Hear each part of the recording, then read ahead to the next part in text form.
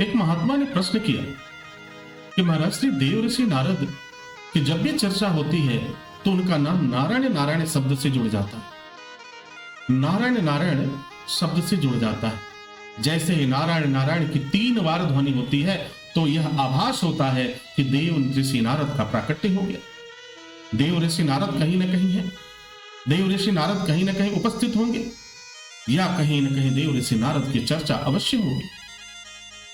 तो हे प्रभु, देव ऋषि नारद अपने पूरे संपूर्ण जीवन में केवल नारायण नारायण की ध्वनि बीड़ा पर गाती है।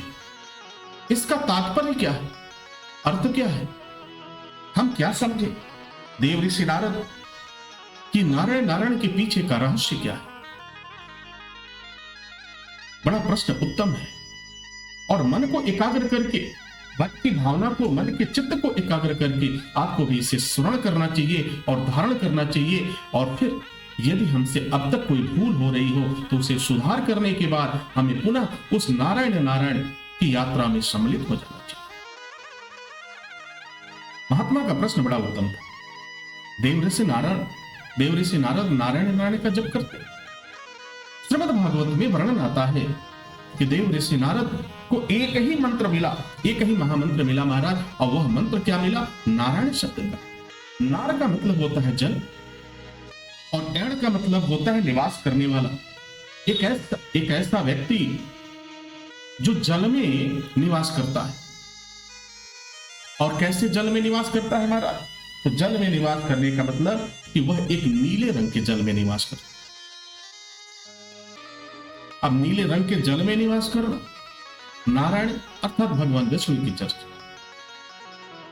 और तो और समस्त सृष्टि का वह हेतु है, समस्त जीवों का रखवाला है, समस्त देवों की उत्पत्ति का कारण है। उस परमपिता परमेश्वर को याद रखने के लिए, उनके नाम का कीर्तन करने के लिए देव ऋषि नारद ने नारायण शब्द को अपनाया। क्योंकि नारायण शब्द ही जो है समस्त देवताओं की उत्पत्ति का कारण। अब देखो, देव ऋषि नारद को यह मालूम था कि एक यही मंत्र ऐसा है, मैं यज्ञ करके मैं तीनों लोक में निर्वाध गति से बगैर रोक टोक के नहीं घूम सकता। प्रतिदिन मैं हर क्षण भगवान के चरणों का दर्शन नहीं कर सकता। मैं यज्ञ करूं, मैं तप करूं, मैं तपस्या करूं, इससे नहीं संभव था। देव ऋषि नारद को मालूम था, क्योंकि संत महात्माओं और ब्राह्मणों के द्वारा दी गई शिक्षा को देव ऋषि नारद ने अपने पूर्व जन्म में ही धारण कर लिया था। और उस समय वह बात धारण करने की वजह से उनके मृत्यु के बाद देव ऋषि नारद कि पूर्व जन्म में जब उनकी मृत्यु हुई उसके बाद उनकी स्मृति, उनकी यादाश्त याद रही माना। अब देव ऋषि नारद के साथ 2 स्थितियां ऐसी हैं जो आपको समझने की जरूरत है। जो नारायण नारायण की ध्वनि होती है, वह नारायण नारायण की ध्वनि से हमारी मन, हमारा चित्त, हमारी इंद्रियां नियंत्रण में रहती है, हमारी इंद्रियां तृप्त हो जाती हैं, हमारा अंतर्मन बड़ा भाव विह्वल हो जाता है और हमेशा से वह आनंद की नदी में गोते लगाने लगता है। तो नारायण शब्द से हमारा मन शुद्ध होता है, हमारा चित्त शुद्ध होता है। इसलिए परमपिता परमेश्वर की कृपा से देव ऋषि नारद हमेशा अपनी बीड़ा पर क्या गाते हैं? नारायण नारायण गाते हैं। नारायण शब्द को छोड़ करके वह कोई दूसरे शब्द को कभी नहीं अपनाते। विचार करो।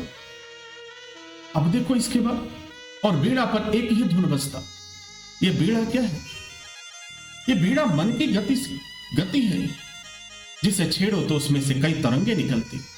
लेकिन देव ऋषि नारद ने क्या किया कि मन की तरंगों को छेड़ते हैं और छेड़ने के बाद उसकी जो ध्वनि आती है उस ध्वनि को नारायण नारायण ध्वनि के साथ मिला देते हैं, संयोग करते हैं। और उसके बाद जो ध्वनि निकलती है वह सामवेद बन जाता है महाराज, वह सामवेद बन जाता है।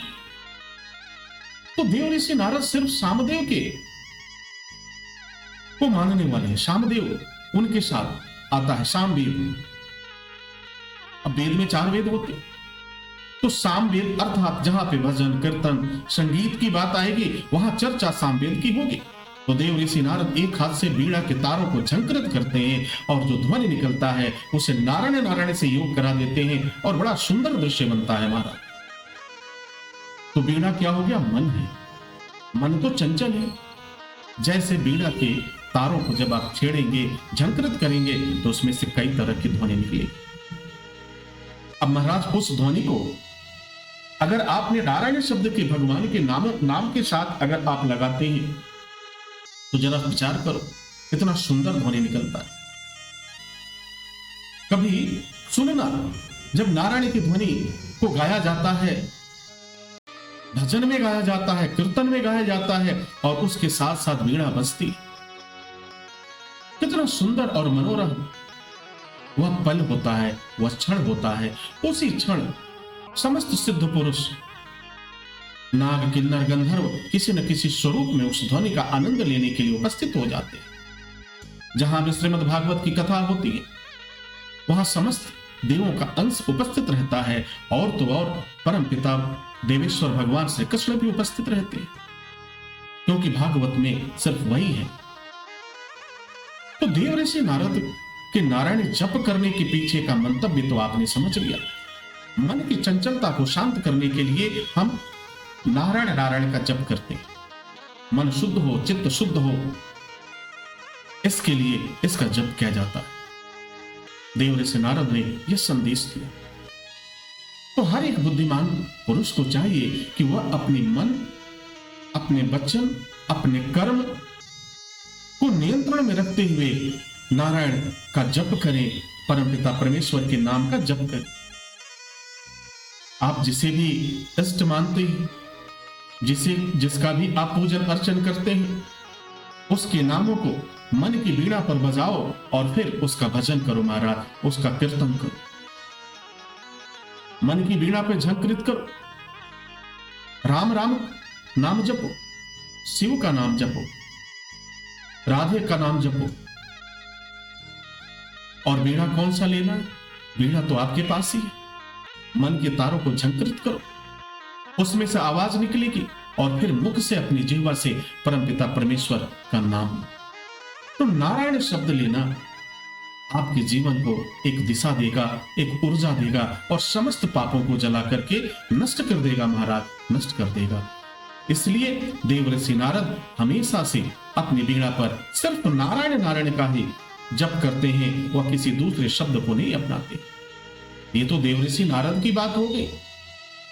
यदि आप भी उनके सदृश, उनकी इस गतिविधि से कोई शिक्षा लेते हैं तो आप जिस भी इष्ट को मानते हैं उस इष्ट का नाम अपने मन की वीणा पर बजाते रहो और तब तक बजाओ जब तक कि तुम्हें वह आनंद की प्राप्ति न हो जाए। तब तक यह नाम जप करते रहो जब तक कि परम पिता परमेश्वर की छवि का दर्शन न हो जाए, उनका अनुभव न हो जाए। और यह अवश्य होगा जब आपका मन निर्मल होगा, जब आपका मन सरल होगा और आनंद के साथ, एक भाव के साथ परमपिता परमेश्वर के नाम का कीर्तन करेंगे, तो आपको वह समय, आपके समक्ष वह समय अवश्य आएगा जिस समय आपकी स्थिति ठीक वही होगी जो कभी देव ऋषि नारद की हुआ करती थी। देव ऋषि नारद की पूर्व जन्म में जो स्थिति हुई वह स्थिति आपके साथ भी हुई। मन क्या होगा? भाव विभोर हो जाएगा, आंखों से अश्रु बहने लगेगा। मन, अंतर मन में परम पिता परमेश्वर की देखने की जो लालसा होगी वह इतना प्रबल होगी कि आपको बेचैन कर देगी और पुनः आप उसी गति से नारायण नारायण का जप करने लगेंगे। आपका मन कभी शांत नहीं होगा। आप इधर उधर के कार्यों में जब भी लगेंगे तो आपका मन शांत नहीं होगा, लेकिन जैसे ही नारायण नारायण शब्द का जप करेंगे, राम राम शब्द का जप करेंगे और भगवान भोलेनाथ का नाम का जप करेंगे तो आपका मन, आपका अंतर्मन, आपका चित्त शुद्ध होते हुए शांत हो जाएगा महाराज। और फिर एक आनंद की अनुभूति होगी, वास्तविक आनंद की प्राप्त होगी।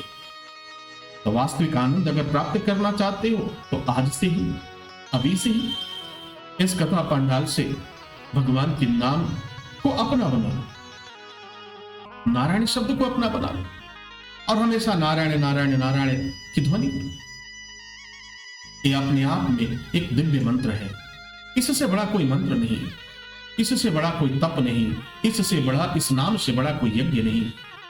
तो महाराज इतना सरल रास्ता है, इतना सरल मार्ग है जो देव ऋषि नारद ने हम समस्त मानव जाति को दिया और प्रदान किया।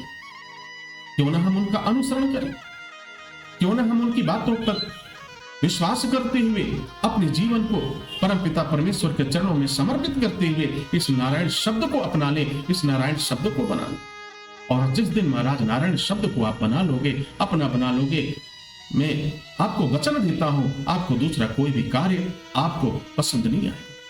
आनंद आएगा तो नारायण की ध्वनि से, आनंद आएगा तो भगवान नाम के संकीर्तन में, आनंद आएगा तो भगवान नाम, जहां भगवत वचन होगा वही आपको आनंद की प्राप्ति होगी, अन्यथा कहीं आपको आनंद की प्राप्ति नहीं होगी, आपका मन बेचैन रहेगा।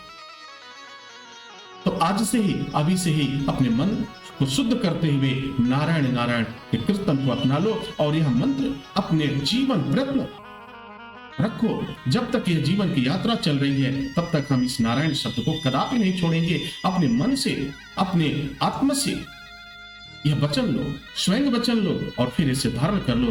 परमपिता परमेश्वर की कृपा अवश्य प्राप्त होगी।